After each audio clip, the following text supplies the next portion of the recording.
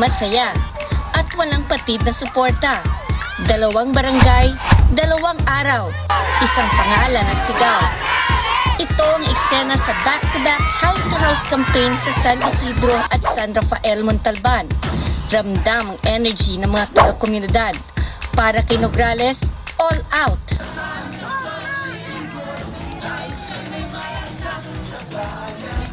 Noong Sabado sa Southville 8B Barangay San Isidro, kahit tirig ang araw, lumabas ang mga residente, hindi hadlang ang init.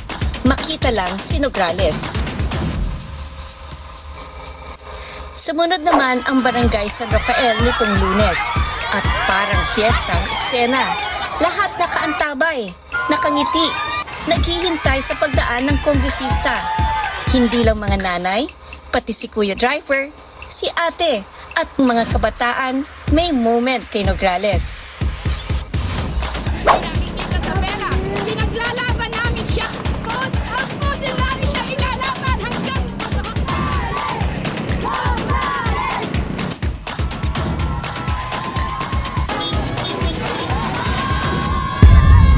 Ang back-to-back house-to-house campaign ni Congressman Fidel Nograles sa San Isidro at San Rafael nitong August 26 at 28 ay patunay na ang tunay na serbisyo ay hindi naghihintay ng entablado.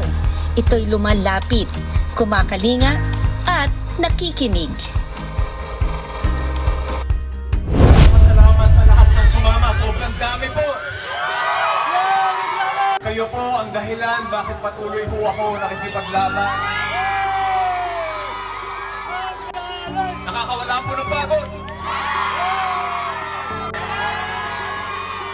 Maraming salamat po. Konting-konti na lang po.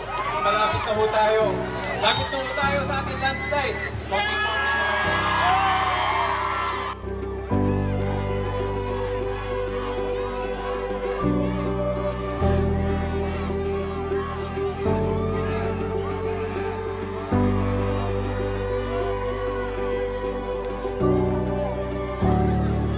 Ilang lang po tayo ng ating 4 na araw.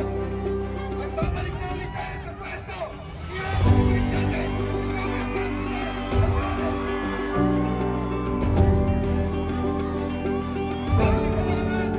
Pagpapaan mo tayong lahat.